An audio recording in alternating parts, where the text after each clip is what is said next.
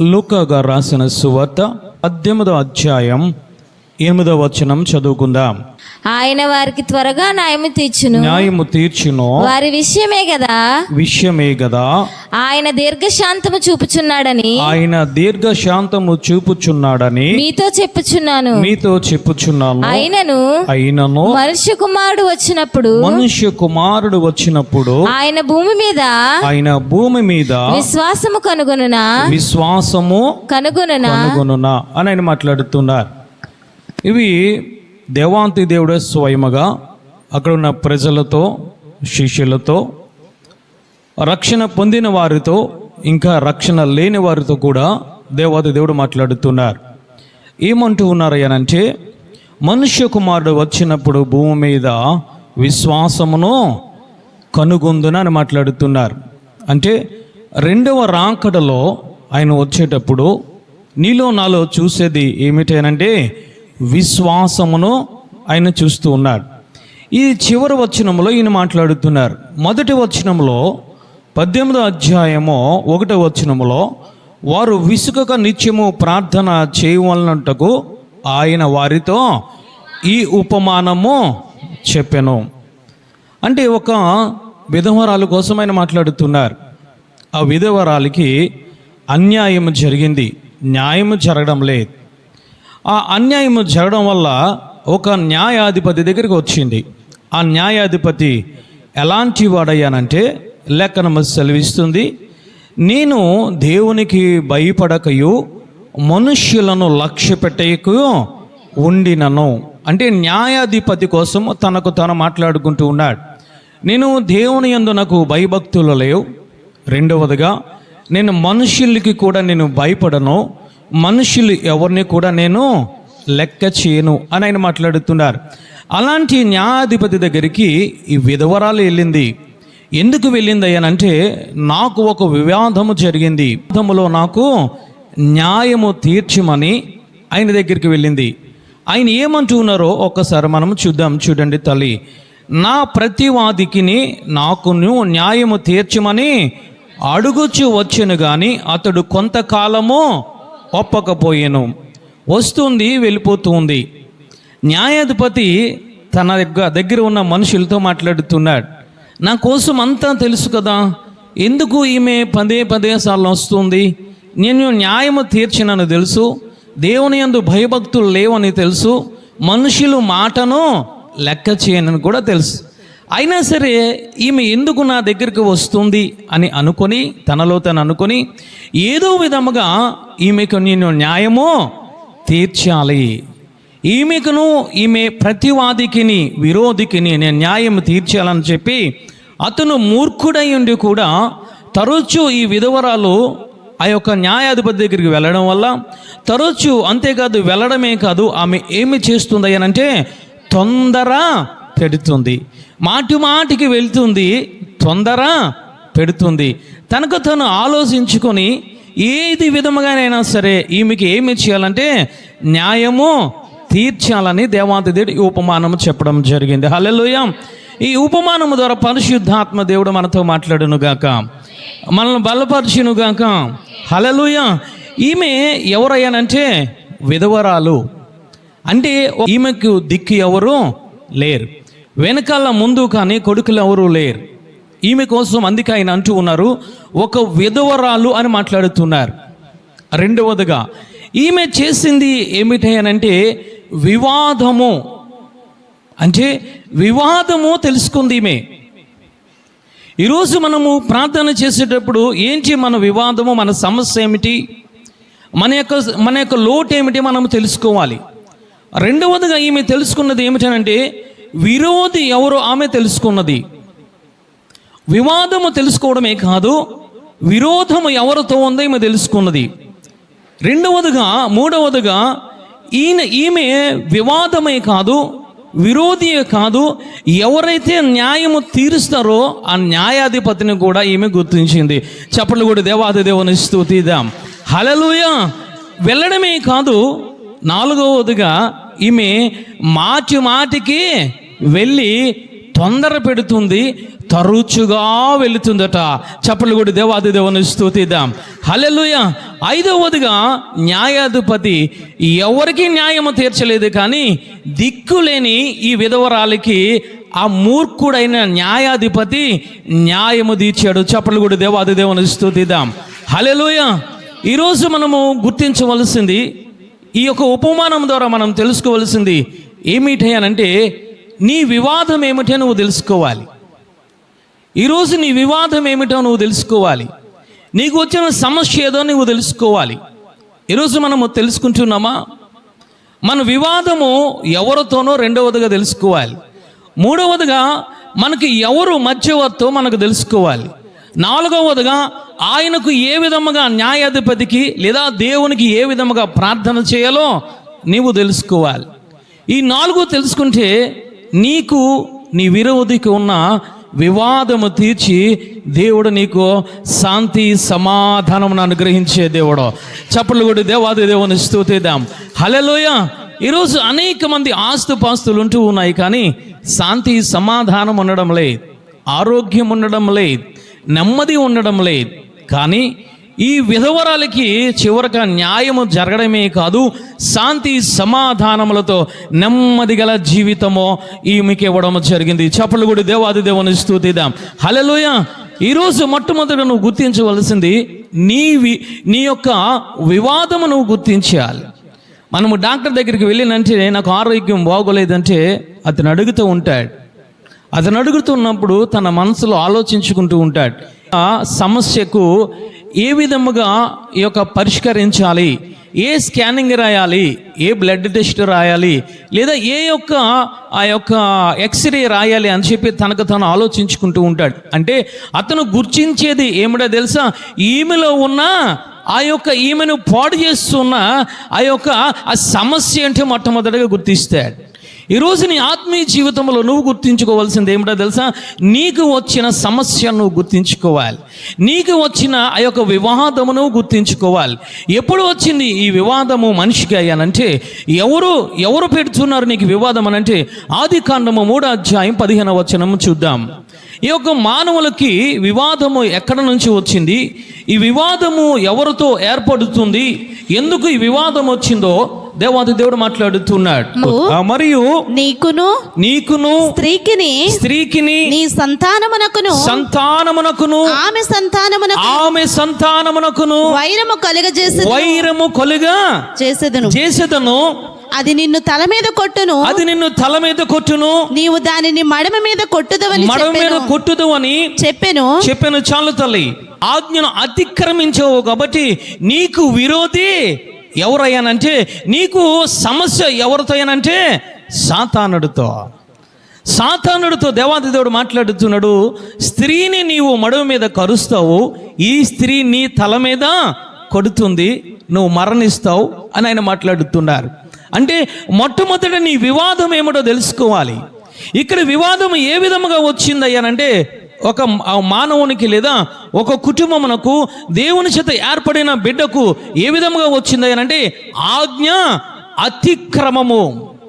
అంటే ఆజ్ఞ అతిక్రమము పాపము కాబట్టి నీకును నీ విరోధికి ఏమి వచ్చిందనంటే వైరం ఏర్పడింది. ఈరోజు నీ సమస్యను నువ్వు గుర్తించాలి. అంటే దేవునికి నీకు సంబంధమును పాడు చేసేది ఎవరైనంటే సాతానుడు ప్రవేశపెట్టేది ఏమిటంటే ఆజ్ఞను అతిక్రమించడం నేర్పుతూ ఉన్నాడు.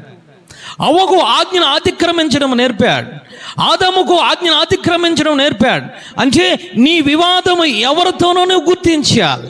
ఈ విధవరాలు ఏమి చేసిందంటే, ఆమె మాట్లాడుతుంది, నాకు వివాదం ఏర్పడింది, నాకును నా ప్రతివాదికిని న్యాయము. అంటే ఈ స్త్రీ ఏమి గమనించింది, ఈ విధవరాలు ఏమి గమనించిందంటే, విరోధి ఎవరో ఈమె గుర్తించింది. చప్పలు కూడా దేవాది దేవుని స్తుతిద్దాం. హల్లెలూయా. ఈరోజు నువ్వు గుర్తించగలుగుతున్నావా? ఆ వివాదం ఎక్కడి నుంచి వచ్చిందో, ఆ వివాదము దేనితో మొదలయ్యిందో నువ్వు గుర్తించగలుగుతున్నావా? కానీ దిక్కులేని విధవరాల్లో, ఆసరలేని విధవరాల్లో, భర్త లేని విధవరాల్లో, తల్లిదండ్రులు లేని విధవరాల్లో మొట్టమొదటిగా ఏమి గమనించిందంటే వివాదమును గమనించింది. ఈరోజు నీ వివాదము ఎవరితో అనుకుంటున్నావు? నీ వివాదం ఏమనుకుంటున్నావు? ప్రార్థన చేస్తే మోకరించే నన్ను ఆశీర్వదించి అని ప్రార్థన చేస్తున్నావు, నా బిడ్డలను కాపాడని ప్రార్థన చేస్తున్నావు, నాకు ఆరోగ్యం దయచేయని ప్రార్థన చేస్తున్నావు. కానీ ఈరోజు నీ వివాదమును నువ్వు గుర్తించడం లేదు. దేవాది దేవుడు ఆదికాండం 3:15 మాట్లాడుతున్నారు, నీకును ఇదిగో స్త్రీ సంతానమునకును వివాదము, వైరము, గొడవ ఏర్పడుతుంది. ఈరోజు నువ్వు ఈ సమస్యను గుర్తించాలి. ఏమిటి ఈ సమస్య అంటే ఆజ్ఞ అతిక్రమమే పాపం. అంటే నీలో గుర్తించవలసింది నీ అంతరంగంలో ఉన్నది, నీ శరీరంలో ఉన్నది, నీ ఆత్మలో ఉన్నది, నీ కుటుంబంలో ఉన్నది, నీ బిడ్డలో ఏర్పాటు చేస్తున్న సమస్యను నువ్వు గుర్తించాలి. దీనిని మనం మర్చిపోతూ ఉన్నాం. దీనిని గుర్తించకుండా పక్క వాళ్ళ సమస్యలు మనం గుర్తిస్తున్నాం. అందుకే దేవాది దేవుడు అంటున్నారు, నీ కంటిలో ఉన్న దూలమును నీవు గుర్తించక ఎదరి కంటిలో ఉన్న నలుసును చూస్తున్నావు. ఈరోజు మన పాపము ఎక్కడి నుంచి వచ్చిందో, ఎవరు ప్రవేశపెట్టారో, ఏ పాపంతో బాధపడుతున్నాము ఈరోజు మనం గుర్తించడం లేదు. ఎదట వారిని నిందిస్తున్నాం, ఎదట వారిని దూషిస్తూ ఉన్నాం, ఎదటి వారిని పాపములను కనిపెట్టడానికి వారి చుట్టూ తిరుగుతున్నాం. ఈరోజు ఈమె గమనించింది ఏమిటంటే వివాదమును గమనించింది. హల్లెలూయా. ఈరోజు నీ వివాదం ఏమిటో నువ్వు గమనించుకో. ఏ పాపములో ఉన్నావో గమనించుకో, ఏ శాపములో ఉన్నావో గమనించుకో. అది నోటి ద్వారానా, లేదా చూపు ద్వారానా, లేదా చెవుల ద్వారానా, లేదా నీ అంతరంగముల ద్వారానా, లేదా నీ చేతుల ద్వారానా, నీ నడత ద్వారానా, ఎక్కడుందో ఆ సమస్య నువ్వు గుర్తించు. నువ్వు గుర్తించాలి. ఈరోజు మనం గుర్తించడం లేదు. మనం గుర్తించగలగాలనంటే నువ్వు వాక్యము మొదట నువ్వు వినాలి, వాక్యాన్ని గమనించాలి. వాక్యానికి వ్యతిరేకంగా నువ్వు మాట్లాడడం కాదు, వాక్యము నాకు కాదు అనుకోవడం కాదు, వాక్యము ఆ విధంగా చెప్పకుండా వెళ్ళిపోతారని కాదు. నువ్వు వాక్యాన్ని గమనిస్తే నీవు సమస్యను గుర్తిస్తావు. ఈరోజు రెండవదిగా ఈ విధవరాలు ఏమి చేసింది అంటే విరోధిని గమనించింది. హల్లెలూయా. మొదట సమస్యను గుర్తించింది, రెండవదిగా విరోధిని గమనించింది.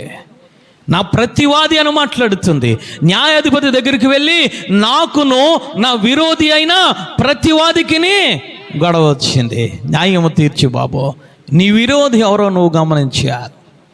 ఈరోజు నువ్వు గమనించగలుగుతున్నావా? అందుకే పేతురు గారు మాట్లాడుతున్నారు, మీ విరోధి అయిన సాతానుడు గర్జించే సింహం వలె తిరుగుతూ ఉన్నాడు. తిరిగాడు ఏదోను తోటలో, ఏదోను తోట చుట్టూ తిరిగాడు. ఈరోజు నీ చుట్టూ తిరుగుతూ ఉన్నాడు. నీ విరోధి నువ్వు గమనించడం లేదు. నీ విరోధి నీ భర్త అనుకుంటున్నావు, నీ విరోధి నీ యొక్క భార్య అనుకుంటున్నావు, నీ విరోధి నీకు బుద్ధి చెప్పేవారు అనుకుంటున్నావు, నీ విరోధి నిన్ను గద్దించేవారు అనుకుంటున్నావు, నీ విరోధి వాక్యం అనుకుంటున్నావు, నీ విరోధి ఆత్మ అనుకుంటున్నావు, నీ విరోధి సంఘం అనుకుంటున్నావు, యాజకుడు దేవుడు అనుకుంటున్నావు. జాగ్రత్త.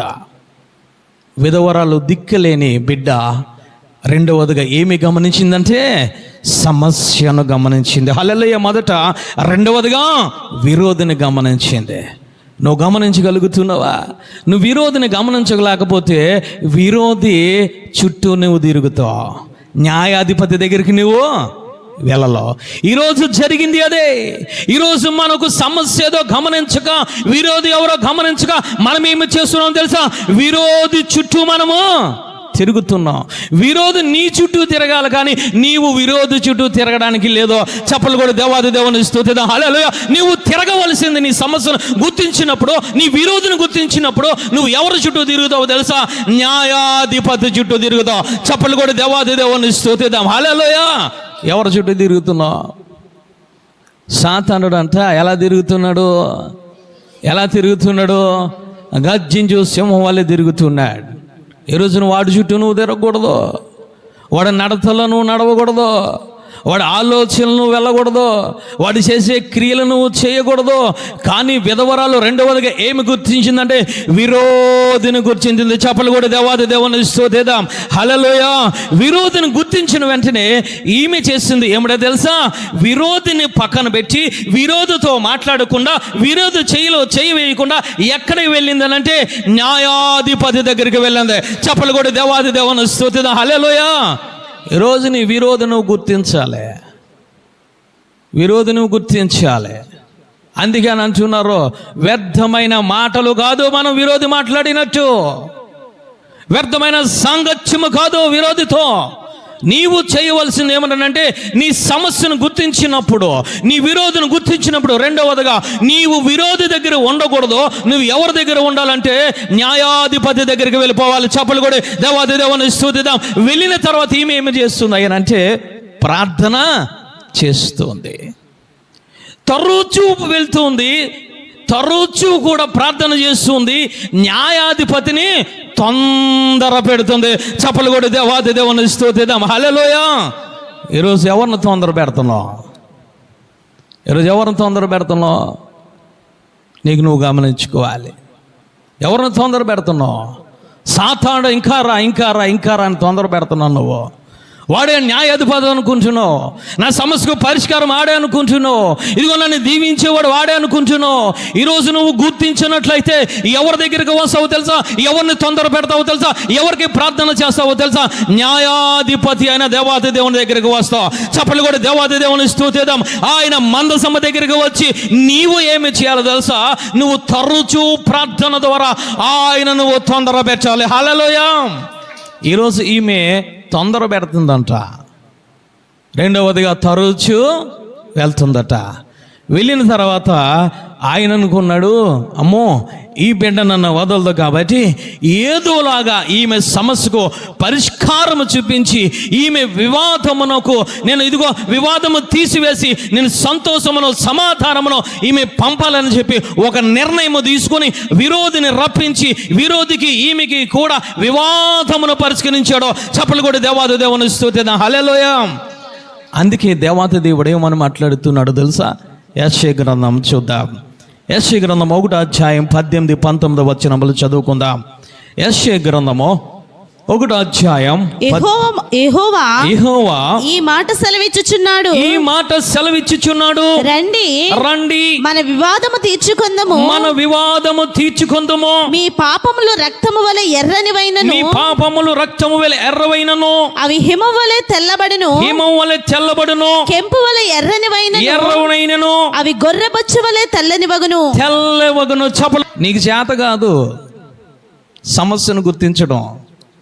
నీకు విరోధం ఎవరో గుర్తించడం నీకు చేత కాదు. ఎవరి దగ్గరికి వచ్చి ప్రార్థన చేయాలో నీకు తెలియదు కాబట్టి ఆయన చక్కటి మాట మాట్లాడుతున్నారు. ఏమిటనంటే యెహోవా ఈ మాట సెలవిచ్చెను, రండి మన వివాదమును తీర్చుకుందాం. చప్పలు కూడా దేవాది దేవుని స్తుతిద్దాం. మన న్యాయాధిపతి ఎంత మంచివాడండి, మన దేవుడు ఎంత మంచివాడండి. నువ్వు సాతానుడే నువ్వు దేవుడు అనుకుంటున్నావు. వాడు చేసిన మాటలే గొప్ప అనుకుంటున్నావు. వాడు చేసే తంత్రములు నీకు తెలియక అందుకే అపోస్తలుడైన పౌలు గారు మాట్లాడుతున్నాడు, సాతాను పెట్టే చిక్కులు పెట్టే తంత్రములు. ఈ తంత్రములలో పడిపోయింది ఆదాము అవ్వ. ఈ తంత్రములు ఈరోజు మనము పడిపోతున్నాం. విరోధి ఎవరో, సమస్య ఎవరో, ఎక్కడికి ప్రార్థన చేయాలో, ఎక్కడి నుంచి మోకరించాలో మనకు తెలియక ఈరోజు మనం జీవిస్తూ ఉన్నాం. అందుకే దేవాది దేవుడు మాట్లాడుతున్నారు, రండి నా దగ్గరకు. ఎందుకు తెలుసా? మీకు నాకు ఉన్న గొడవను నేను తీరుస్తాను. చప్పలు కూడా దేవాది దేవుని స్తుతిద్దాం. హల్లెలూయా. మీకు నాకు విరోధి ఒకడు ఉన్నాడు. ఇదిగో నీకు నాకు ఒక విరోధి ఉన్నాడు కాబట్టి ఆ విరోధితో వచ్చిన సమస్యను నేను పరిష్కరిస్తాను. ఏమిటి ఈ సమస్య అంటే ఆయన అంటున్నారు పాపము. ఆ పాపాన్ని తీసివేస్తాను. ఆ పాపాన్ని తీసివేస్తే నీకు వాడికి కూడా విరోధ భావం పోతుంది. కాబట్టి అప్పుడు నువ్వు దీవించబడతావు, అప్పుడు నువ్వు ఆశీర్వదించబడతావు, అప్పుడు నా కుమారుడుగా ఉంటావు అని ఆయన మాట్లాడుతున్నారు. ఈరోజు మనం ఏ విధముగా ఉంటున్నాం? ఏమిటి నీ సమస్య? ఆయన మాట్లాడుతున్నారు, మీ పాపములు రక్తం వలె ఎర్రవైనను, హిమం వలె తెల్లబడను, కెంపు వలె. కెంపు ఎర్రగా ఉంటుంది, అది అంత తొందరగా పోదా పాపం. ఈరోజు మనుషులు కొన్ని పాపాలు పోతున్నాయి, కానీ చిన్నప్పటి నుంచి వచ్చిన పాపములు, అలవాటైపోయిన పాపములు, విడిచిపెట్టుకోలేని పాపములు కూడా ఆయన ఏమంటున్నారంటే కెంపు వలె ఎర్రగా ఉంటున్నాయి. ఆ కెంపు లాంటి పాపములను కూడా గొర్రెబొచ్చు వల్లే ఆయన తెల్లగా చేస్తారంట. చప్పలు కూడా దేవాది దేవుని స్తుతిద్దాం. హల్లెలూయా. గొర్రె అనగా క్రీస్తు రక్తము ద్వారా నీ వివాదాన్ని ఆయన తీరుస్తానంటూ ఉన్నాడు. నీ పాపములు తుడిచివేస్తానంటూ ఉన్నాడు. నిన్ను పరిశుద్ధపరుస్తానంటూ ఉన్నాడు. నీకు సాతానుకున్న ఆ వివాదమును ఆయన తీసివేస్తానని మాట్లాడుతున్నారు. చప్పలు కూడా దేవాది దేవుని స్తుతిద్దాం. ఈరోజు ఏమిటి నీ వివాదం నువ్వు గుర్తించుకో. ఎవరో నీ విరోధి నువ్వు గుర్తించుకో. ఎక్కడికి వస్తే నీ పాపములు పోతాయో, ఎక్కడికి వస్తే నీ విరోధి మీద నీకు విజయం వస్తుందో, ఎక్కడికి పోతే నీ వివాదము పరిష్కారం అవుతుందో అక్కడికి రా. ఎక్కడ తిరుగుతున్నాం మనం? విరోధాన్ని గుర్తించకుండా విరోధి చుట్టూ తిరుగుతున్నాం అని కొంపలోకి తీసుకొచ్చి పెట్టుకుంటున్నాం. కొంపటే. వాక్యాన్ని గమనించండి. నీ సమస్య ఏమిటో నువ్వు గమనించు. ఆ సమస్య ఎక్కడ నుంచి ఎవరి నుంచి వస్తుందో గమనించు. ఆ సమస్యకు పరిష్కారం గమనించు. అది ఏ విధముగా వివాదము తీర్చుకోవాలో నువ్వు గమనించాలి. ఈరోజు ఇవన్నీ పక్కన పెడుతున్నాం. ఈరోజు సాతానుడితో సాంగత్యం మనం చేస్తున్నాం. ఈ లోకముతో మనం సాంగత్యం చేస్తున్నాం. కానీ ఈమె విధవరాలై ఉండి కూడా ఈమె గమనించగలిగింది. చప్పలు కూడా దేవాది దేవుని స్తుతిద్దాం. హల్లెలూయా. ఈరోజు నువ్వు గమనించగలుగుతున్నావా? గమనించిన తర్వాత దేవాది దేవుడు చక్కటి మాట మాట్లాడుతున్నాడు. చూడండి తల్లి, ఆయన చక్కటి మాట మాట్లాడుతున్నాడు. 6వ వచనం చదువుకుందాం. మరియు ప్రభువు ఇట్లనెను, అన్యాయస్తుడైన ఆ న్యాయాధిపతి చెప్పిన మాట వినుడి. దేవుడు తాను ఏర్పరచుకున్న వారు దేవారాత్రులు తన్ను గూర్చి మొరపెట్టుకొనుచుండగా వారికి న్యాయము తీర్చడా ఆయన వారికి త్వరగా న్యాయము తీర్చును. వారి విషయమే కదా ఆయన దీర్ఘశాంతము చూపుచున్నాడని మీతో చెప్పుచున్నాను. ఎవరు మాట్లాడుతున్నారు తెలుసా? ఉపమానము చెప్పిన తర్వాత ఆయన అంటూ ఉన్నారు, ఇదిగో ఒక్కసారి మీరు వినండి, ఇదిగో ఒక్కసారి నా వంకలు చూడండి, నేను చెప్పిన మాటలు వినండి అని మాట్లాడుతున్నారు. ఏమిటనంటే వారికి త్వరగా న్యాయము తీర్చుతాను. న్యాయాధిపతి త్వరగా న్యాయము తీర్చలేదు, కానీ నా దగ్గరికి వచ్చిన వారికి నేను న్యాయము తీరుస్తాను. రెండవదిగా అంటూ ఉన్నారు, దివారాత్రములు మీరు మొర్ర పెట్టాలని మాట్లాడుతున్నారు. మూడవదిగా అంటున్నాడు, ఆ న్యాయాధిపతి న్యాయస్థుడు కాదు, దేవునికి భయపడేవాడు కాదు, అతను మనుషులకు భయపడేవాడు కాదు. నేను మాత్రము నా తండ్రికి నేను భయపడేవాడన, నేను మాత్రము న్యాయస్థుడు అని మాట్లాడుతున్నారు. అంతేకాదు, నేను న్యాయము తీర్చడంలో ఏ విధముగా ఉంటున్నాను తెలుసా? దీర్ఘశాంతము కలిగి ఉన్నాను. హల్లెలూయా. సమస్యను గుర్తిస్తే, రెండవదిగా నీ విరోధిని నువ్వు గుర్తిస్తే, నువ్వు ఇంటిలో ఉండవు. ఎక్కడ ఉంటావో తెలుసా? సంఘములో ఉంటావు. ఎక్కడ ఉంటావో తెలుసా? బలిపీఠము దగ్గర ఉంటావు. హల్లెలూయా. బలిపీఠము దగ్గర ఏమి చేస్తావునంటే నిత్యము ఎడతెగక ప్రార్థన చేస్తూ ఉంటావు. ఆయన 18వ అధ్యాయం 1వ వచనములో ఎందుకు ఈ ఉపమానమైనంటే, విసుకుగా నిత్యము ఎల్లప్పుడూ ప్రార్థన చేయవలనని ఈ ఉపమానం. ఈరోజు నీ విరోధి ఎవరో నువ్వు గమనిస్తే, నీ సమస్య ఏంటో గమనిస్తే, ఎవరి దగ్గరికి వెళ్ళాలో నువ్వు గమనిస్తే, ఆయనకు మాత్రమే నువ్వు ప్రార్థన చేస్తావు. హల్లెలూయా. మనుషుల దగ్గరికి వెళ్ళలేదు విధవరాలు, ఇరుగు పొరుగు వారి దగ్గరికి వెళ్ళలేదు విధవరాలు. ఎవరో తీరుస్తారులే ఈ ఊరికి, లేదా నా మనసులో ఎవరో ఉన్నారు వారి దగ్గరికి వెళ్ళలేదు. ఈమె ఎవరి దగ్గరికి వెళ్ళిందంటే న్యాయము తీర్చగల న్యాయాధిపతి దగ్గరికి వెళ్ళింది. హల్లెలూయా.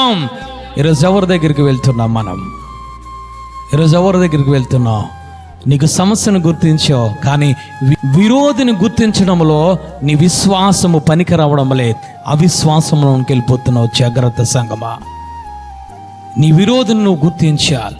గుర్తించిన వెంటనే నువ్వు ఏమి చేయాలంటే మందసమ దగ్గరికి రావాలి. హల్లెలూయా. ఉపవాస ప్రార్థనలోనికి రావాలి. నిత్యము ఎడతెగకుండా నీవు కన్నీరు నువ్వు కారుస్తూ ఉండాలి.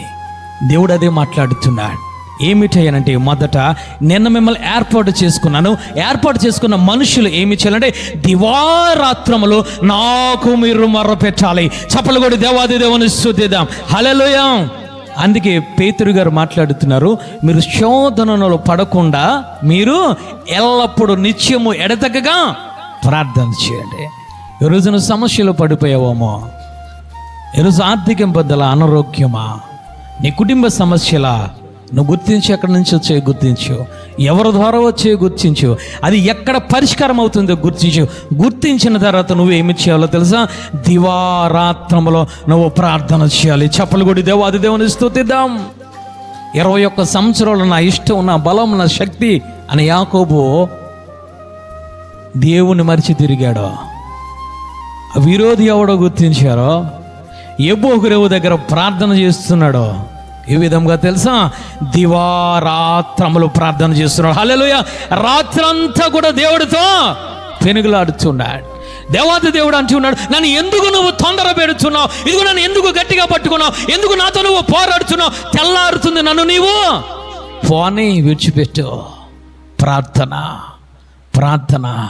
యాకోబు ఆశీర్వాదం. యాకోబు భయం లేదు. యాకోబు న్యాయాధిపతి దగ్గరికి వెళ్ళాడు. న్యాయాధిపతి అంటున్నాడు, ఎందుకు నన్ను తొందర పెడుతున్నావు? ఎందుకు నన్ను పట్టుకుంటున్నావు? నీకు కావాల్సిందే కదా, ఆశీర్వాదమే కదా, ఇదిగో నిన్ను ఇశ్రాయేలుగా మారుస్తున్నాను. దేవాది దేవుడు మాట్లాడాడు. చప్పలు కూడా దేవాది దేవుని స్తుతిద్దాం. హల్లెలూయా. ఏం చేస్తున్నావు? ప్రార్థన. దేనికోసం చేస్తున్నావు ప్రార్థన? ఎవరికి చేస్తున్నావు ప్రార్థన?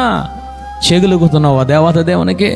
ఒక గంట చేస్తే నీ సమస్య పరిష్కారం అయిపోతుంది అనుకుంటున్నావు. నీ చిన్నప్పటి నుంచి చేసిన పాపాలు నువ్వు గమనించుకో.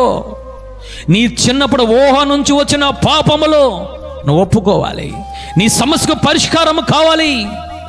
ఈరోజు ఏదైనా చేయకూడని పని చేస్తే కోర్టు వారు ఏం చేస్తారో తెలుసా? కొన్ని సంవత్సరములుగా వాయిదాలు వేసుకుంటూ వెళ్తారు. చివరికి వచ్చేది అన్యాయము జరగవచ్చు, వాడికి అన్యాయము జరగవచ్చు. కానీ నా దేవాది దేవుని దగ్గరకు వచ్చి నువ్వు ప్రార్థన చేస్తే, దివారాత్రులు మొర పెడితే, నువ్వు ఉపవాసం ఉంటే, నువ్వు జాగరములు చేస్తే, నా దేవాది దేవుడు అన్యాయస్తుడు కాదు. హల్లెలూయా. నీ విరోధికి బుద్ధి చెప్పే దేవుడు. హల్లెలూయా. నీకు విజయమినిచ్చే దేవుడు. చప్పలు కూడా దేవాది దేవుని స్తుతిద్దాం. ప్రార్థన చేయగలుగుతున్నావా? ప్రార్థన అంటే ఎవరో చేస్తారు అనుకుంటున్నావు. లేదు తల్లి, నువ్వు ప్రార్థన చేయాలి. అందుకే దేవాతి దేవుడు అంటూ ఉన్నాడు, విసుకక నిత్యము ప్రార్థన చేయి. నీ బిడ్డల కోసము ప్రార్థన చేయి. నీ సమస్య కోసము ప్రార్థన చేయి. నీ యొక్క ఆత్మీయ జీవితం ఎదుగుదల కోసము ప్రార్థన చేయి. ఏ పాపమునైతే జయించలేకపోతున్నావో, ఏ శాపం అయితే నీ ఏడుబడి చేస్తుందో, ఆ శాపమును విడుదల పొందే వరకు నువ్వు ఎడతెగకుండా ప్రార్థన చేయాలి. చప్పలు కూడా దేవాది దేవుని స్తుతిద్దాం. హల్లెలూయా. ఈ విధవరాలు చేసిన ప్రార్థన ఏమిటో తెలుసా? అతను అన్యాయస్తుడని తెలుసు, దేవునికి భయపడడని తెలుసు, ఆడు మూర్ఖుడని కూడా తెలుసు. కానీ ఈమె తరచూ కూడా ఇంటికి వెళుతుంది, తరచూ కూడా తొందర పెడుతుంది. ఈరోజు నువ్వు దేవుని తొందర పెట్టగలుగుతున్నావా? ఆ రాత్రికాల సమయంలో యాకోబు చేసింది ఏమిటో తెలుసా? దేవుణ్ణి తొందర పెట్టాడు. హల్లెలూయా. తొందరపడిన దేవుడు అంటున్నాడు, నన్ను నీవు పోనీ, నన్ను నువ్వు వదిలిపెట్టు. ఈరోజు నువ్వు ప్రార్థన చేయగలగాలి. ఒకటి, దేవుడు నీ సమస్యను పరిష్కరించాలంటే, నీ విరోధినికి అపజయమునికి విజయం ఇవ్వాలనంటే దేవాది దేవుడు మాట్లాడుతున్నాడు. ఒకటి, నేను ఏర్పాటు చేసుకున్నాను. రెండవదిగా, నీవు నా దగ్గరకు వచ్చిన నీవు దివారాత్రులు ప్రార్థన చేయాలి. ఈరోజు మనం ఏ విధంగా ఉంటున్నాం అంటే, ప్రార్థన చేయడానికి ఇంకొకటి మనకు కావాలి. ప్రార్థన చేయడానికి మనకి ఇరుగు పొరుగు వారు కావాలి. ఈమె విధవరాలు, నువ్వు రా నాన్న అని చెప్పి ఇంకొక స్త్రీనేమి తీసుకెళ్ళలేదు. ఈమె ఒంటరిగా న్యాయాధిపతి దగ్గరికి వెళ్ళింది. హల్లెలూయా. ఒంటరిగా ఎప్పుడన్నా ప్రార్థన చేయగలుగుతున్నావా? నీకు వచ్చిన సమస్యను బట్టి బలిపీఠం దగ్గరికి వచ్చి కన్నీరు కార్చగలుగుతున్నావా? ఉపవాసం ఉండగలుగుతున్నావా? నీవు మందిరానికి రావాలంటే ఇంకొకరు కావాలి. నీకు ఇంకొకరు తోడు ఉండాలి. వారు మోకరిచ్చి నువ్వు మోకరిస్తావు, వారు నోరు తెరిస్తే నువ్వు నోరు తెరుస్తావు, వారు ఉపవాసం అంటే నువ్వు ఉపవాసం ఉంటావు. కానీ ఈ విధవరాలు ఏమి చేసిందో తెలుసా? ఎవరు ఏమైపోయినా పర్లేదు, నా విరోధి అయిన సాతానుడితో, నా విరోధితో నాకేమి కావాలి? విజయం కావాలి, నాకు న్యాయము కావాలని చెప్పి దివారాత్రులో నిత్యము వెళ్ళడమే కాదు, ఆయనను తొందర పెడుతూ వచ్చిందట. చప్పలు కొట్టి దేవాది దేవుని స్తుతిద్దాం. హల్లెలూయా.